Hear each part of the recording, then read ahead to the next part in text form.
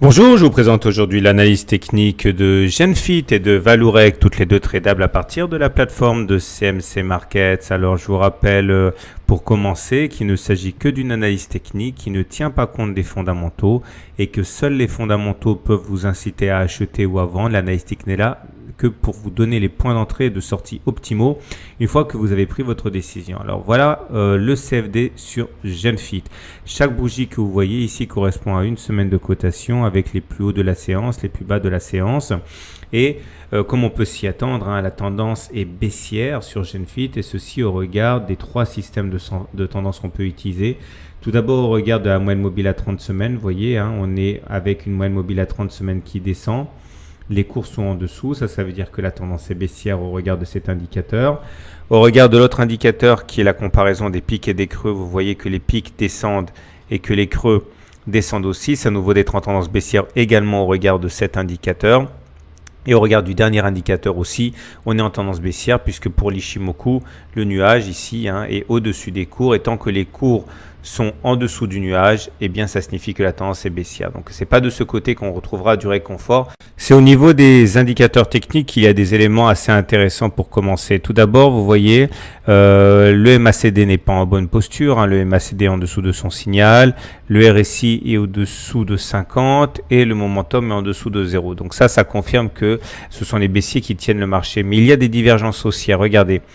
L'action Genfit, le CFD Genfit a fait des plus bas entre juin et novembre. Mais par contre, ni le RSI, qui a fait au contraire une absence de plus bas, ni le momentum. Et ça veut dire que spéculer à la baisse présente quand même certains dangers, puisqu'il y a des éléments qui confirment que la tendance baissière en cours n'est pas très saine. Alors, c'est le premier élément qu'il faut prendre en considération. Et nous avons également au niveau graphique maintenant des éléments intéressants. En particulier, le fait que nous soyons en train d'évoluer à l'intérieur d'un canal descendant, ici en rouge. Et il semble bien qu'un rebond veuille se dessiner.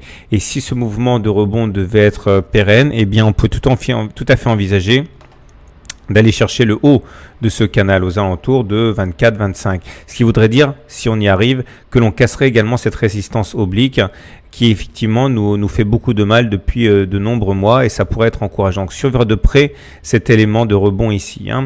Alors l'autre élément et le plus intéressant, c'est sans doute la vague de Wolf qui est potentiellement envisageable. Ici, vous voyez, lorsque vous avez trois bas alignés qui descendent comme ça, 1, 3, 5, et que vous avez les creux, enfin les sommets entre 1 et 3, le point 2 et le point 3 et 5, donc le point 4, eh bien, lorsque vous tracez la droite 1,4 comme ça, vous avez une vague de Wolf et il est assez fréquent qu'après un rebond sur la ligne 1,35, on aille rallier d'abord la hauteur du point 4, à savoir les 27 € et pourquoi pas aller faire un contact avec la demi-droite 1,46. C'est des choses qui arrivent quand même assez souvent. Ce sont des éléments intéressants à prendre en considération.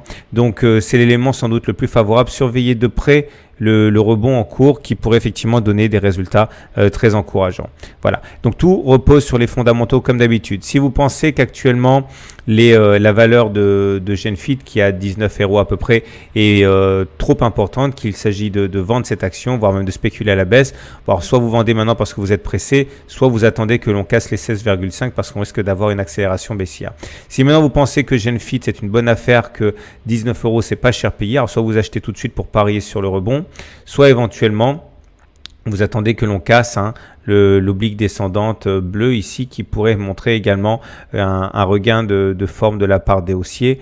Mais en tout cas, on est vraiment dans une configuration graphique très intéressante à suivre et à tenir en espérant que les 16,5 tiennent. Voilà, tout de suite l'action suivante.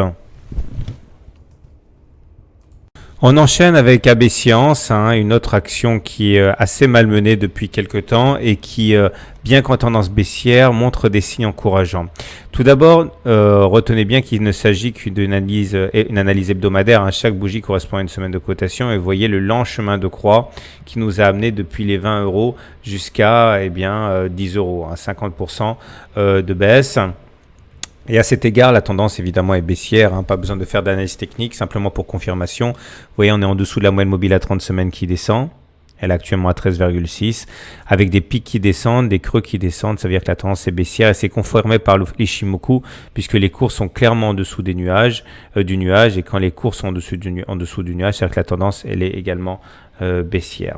Maintenant, là aussi, les indicateurs techniques donnent des signaux à la fois inquiétants et rassurants. Inquiétants parce que, vous voyez bien, c'est comme pour Genfit, le MACD est sous son signal, le RSI est sous 50, le momentum est sous 0, donc c'est un triptyque qui montre bien que la tendance actuellement est telle que ce sont les baissiers qui sont aux commandes, mais vous remarquerez la présence d'une divergence haussière sur le momentum qui montre une fois de plus que on n'a pas fait de plus bas sur le momentum alors qu'on a fait des plus bas sur AB Science. Ça veut dire encore une fois que les cours actuellement sont tels qu'il faut se méfier de la baisse actuelle. Si vous voulez spéculer à la baisse, vous prenez un petit risque quand même. En fait, c'est surtout le graphique qui est intéressant à analyser. L'analyse graphique montre que on est dans un canal, ici un quasi-canal montant, et il semblerait que des velléités de rebond sur la base du canal sont à l'œuvre. Et si c'était le cas, un rebond vers les 20 €, pourquoi pas, soyons fous, serait possible, au cas où l'oscillation se ferait. En plus, vous voyez, on vient de se cogner contre le bas d'un biseau descendant. Un biseau descendant, c'est ce qui est en rouge ici, c'est deux demi-droites qui descendent et qui convergent. Il faut savoir que ça se casse plus souvent par le haut que par le bas. C'est pas toujours vrai, mais c'est un cas, ce sont des statistiques. Et si on devait effectivement respecter cette règle statistique, eh bien la cassure corroborerait l'idée d'une nouvelle impulsion haussière. Par contre, vous aurez compris, il vaut mieux pas casser par le bas. Donc clairement, retournez aux fondamentaux de AB Science. Actuellement, on est à 10 € à peu près. Si vous pensez que c'est trop cher, etc., vendez. Soit vous vendez tout de suite, soit vous attendez que l'on casse significativement le bas du canal bleu, auquel cas il risque d'y avoir une impulsion baissière importante.